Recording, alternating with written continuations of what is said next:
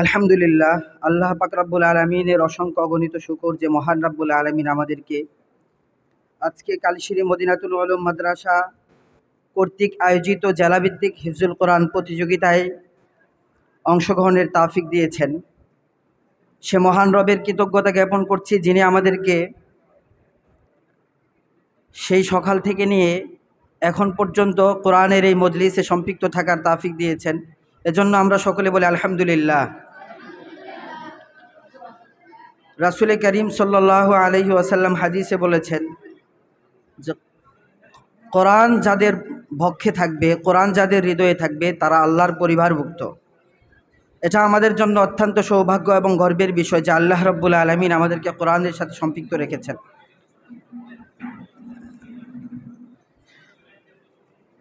আজকে আমাদের অত্যন্ত আনন্দ এবং গর্বের বিষয় এবং আমাদের সৌভাগ্য যে আমাদের এই প্রতিযোগিতাকে কেন্দ্র করে অনেক সম্মানিত ওলামায়ে কেরাম এবং হাফেজ সাহেবানরা এসেছেন। প্রিয় ছাত্র ভাইয়েরা, আমরা কথা না বললে ভালো হবে যে আজকে আমাদের এখানে অনেক সম্মানিত মেহমানরা এসেছেন। আমাদের এখানে উপস্থিত হয়েছেন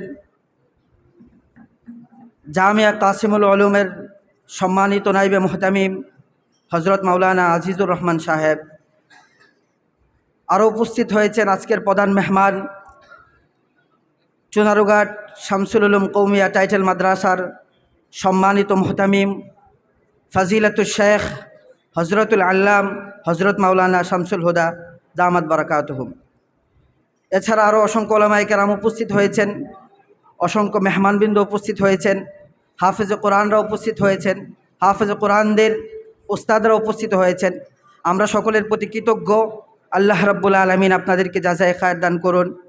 এখন আমি এই